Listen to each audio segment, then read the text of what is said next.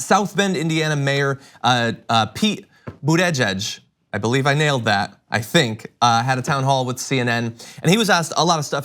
I thought he had a pretty good performance, by the way. I'm not supporting him or anything, but he had a good performance, and he was asked one interesting question about Mike Pence, from his neck of the woods. Would he prefer a Pence presidency to a Donald Trump presidency? Here's how he responded.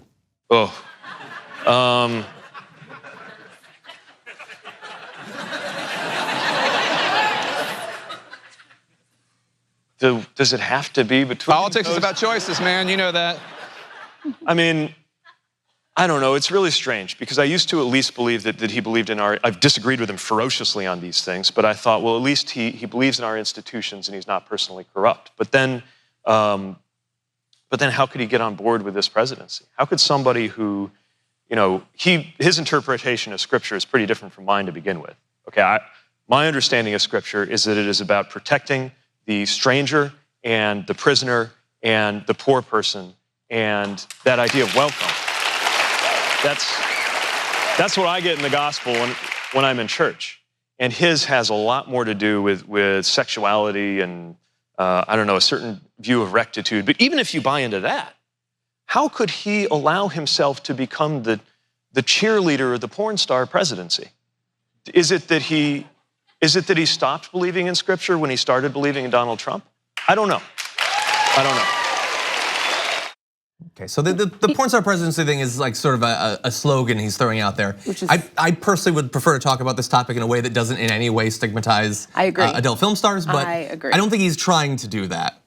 Yeah. So overall, I thought that was a funny response. His facial expressions when he was initially asked looked like he was just like, "Oh my God." It was a which funny I think we can all sympathize with. Response, but I do think I take away from all three of their performances in general that in this day and age that we're in, whether you like it or not, where a celebrity, a reality TV star is the president of the United States, when you have zero name recognition to anyone outside of the town that you run or your state, you have to be very direct and very clear and very strong with where you stand. You have to be very honest. And no one doesn't have an answer to that question. Personally, everyone has an answer to that question. Whether I agree with it or not, everyone has an answer to that question, just what their opinion is. And I don't think someone who is a politician doesn't have an answer.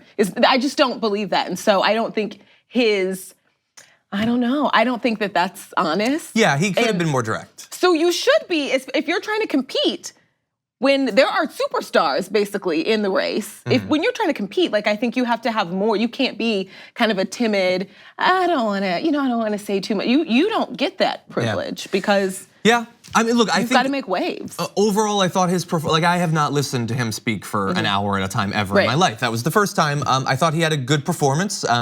He has an impressive resume. He's been the mayor of a town since he was 31, I think. But first thing you said was, I'm not supporting him. Well, I'm keeping a relatively open mind, but obviously, I'm not gonna lie.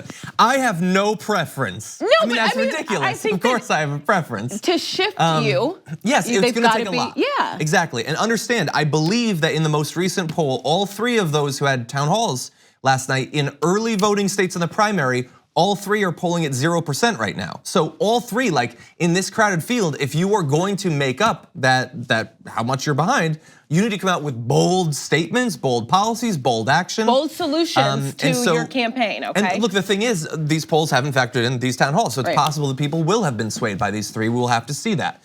That's why we're trying to spotlight all three of them. But anyway, I thought it was a funny response, if not a very direct response, like we would have preferred. Thank you very much for watching this clip from The Damage Report.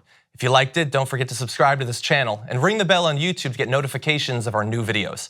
And of course, you can catch the full Damage Report live every weekday at 1 p.m. Eastern, 10 a.m. Pacific on TYT Network on YouTube TV.